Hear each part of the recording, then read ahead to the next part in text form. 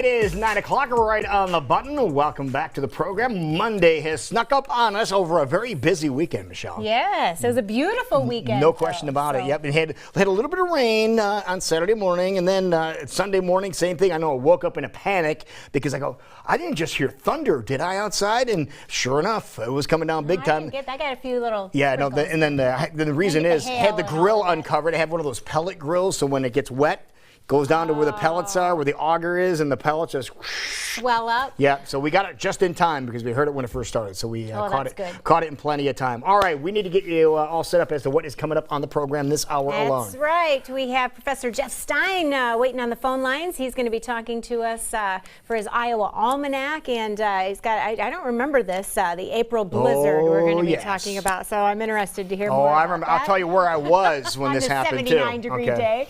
And then Nathan's going to be back in with the Cinemaniacs, some great movies to talk about again this week. And then we have the folks from the Madison County ISU Extension. Oh, yeah? They're talking about their outreach week. So they're doing some great things in all of the different counties to celebrate just Extension. And so it's a great resource. And so we're going to learn more about that. So plenty to stay tuned to. All right. So, of course, it is April now. We are into officially, the second week of April, heading toward the third week of April. But, when April rolls around, things are supposed to be nice and warm. We're not supposed to use the S word anymore. Or the B word. Yeah, exactly. But they also said if you came down from north, Corey from Grand Javante came down and goes, it's a lot greener down here than it is up where he's from, about an hour north of where we are. But we're getting ready for planting. I know some farmers that were getting their planters all ready to go. They were working on them this weekend, ready to hit the fields. Actually, today, if I'm not mistaken, is when they planned on getting in the fields, Professor Stein. But that wasn't the case back in the 70s. We're talking about the early 70s, right?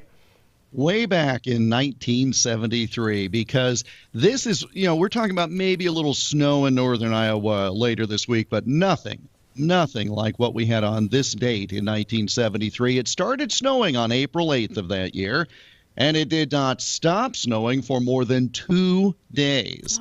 And the intensity of the storm was not forecast. That was one of the things. Now we have such superior forecasting tools, but we had no idea it was going to be this bad back then. The wind and the snow combined to create the record April blizzard of 1973. Belle Plaine took the worst of the snowfall, 20.2 inches total in just that 2-day period. Dubuque and Grundy Center each had about 19 inches, 15 inches of snow up in Decorah, 10 inches in Waterloo. Well, what about Des Moines? A foot of snow. That's pretty impressive. But the wind topped 50 miles an hour at times, and that led to drifts of, if you can believe it, up to 20 feet being common in the metro area. That's 2 stories up on a building if it were measured in that way. Iowa State University and the University of Northern Iowa canceled classes for not 1 but 2 days because of the snow. The Iowa legislature was also closed for business, as were roads, and motorists were stranded in many areas of the state, again, just caught by surprise. And sadly, there were some tragic stories that came out of that snowstorm. Absolutely right, Michelle. 14 people, 14 reported killed as a result of the storm, and many of them were due to heart attacks tied to shoveling or plowing the snow because, again, it was heavy and it was wet, and that put too much strain on some people. Yeah, and that's just another example of how the weather can do a 180 on a dime, just like that here in the state of Iowa, Professor. Absolutely. In fact, just 3 days before this snowfall came down, the previous Friday, it was 70 degrees and golf courses were open. By the following Monday, the high temperature was only 29 at the worst point of the storm. But just as quickly, temperatures rebounded and much of the snow melted after just a few days. But then that led to a soggy mess on county roads. And I know there are some schools that didn't even travel in the country today because just of the rain we had over the weekend. So imagine what another foot of snow melting would have done. But as always, Mother Nature showed us that she doesn't care what the calendar says. She's in charge.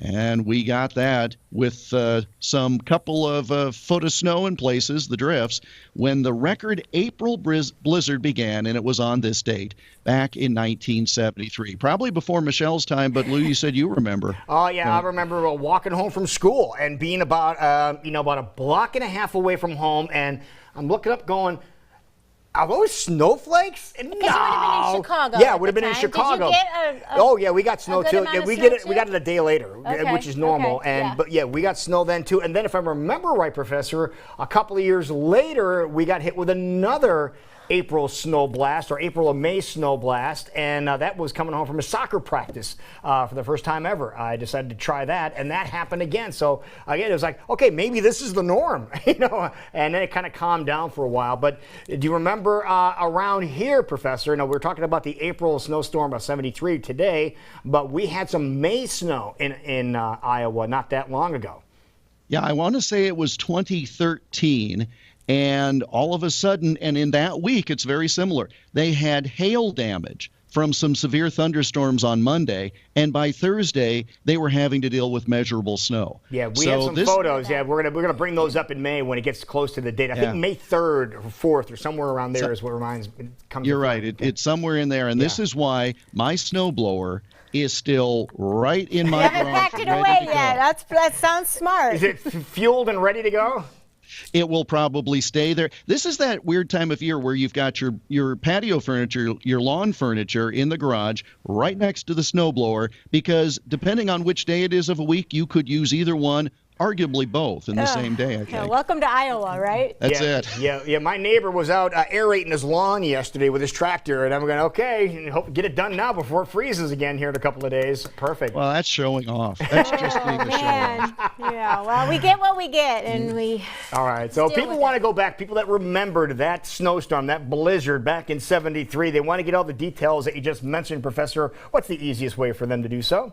IowaAlmanac.com. I included a few of the photos I'm sure you showed where you see people standing at a roof line. It's just amazing stuff. IowaAlmanac.com. Also Twitter and Instagram at Iowa Almanac. All right, that works, buddy. Well, hopefully we'll have no snow for the next 24 hours, and we'll talk to you snow-free tomorrow morning. That's right. We're going to really appreciate this 79-degree day today. Yeah, we're knocking on 80. Taylor says 79. I'm saying 82. What about by you? What's your prediction for a high temperature today, Professor? Around here we're talking 75, and so I'm going to be right on that. I'm going to say it's 75 and a no snow Tuesday. Okay, I like that. Right. Because it's opening day for the Iowa Cubs tomorrow. We can't have any snow around here for tomorrow. So that'll be perfect. Oh, you could. But we could. That's right, as you've just spoken of. All right, buddy. We'll talk to you tomorrow morning.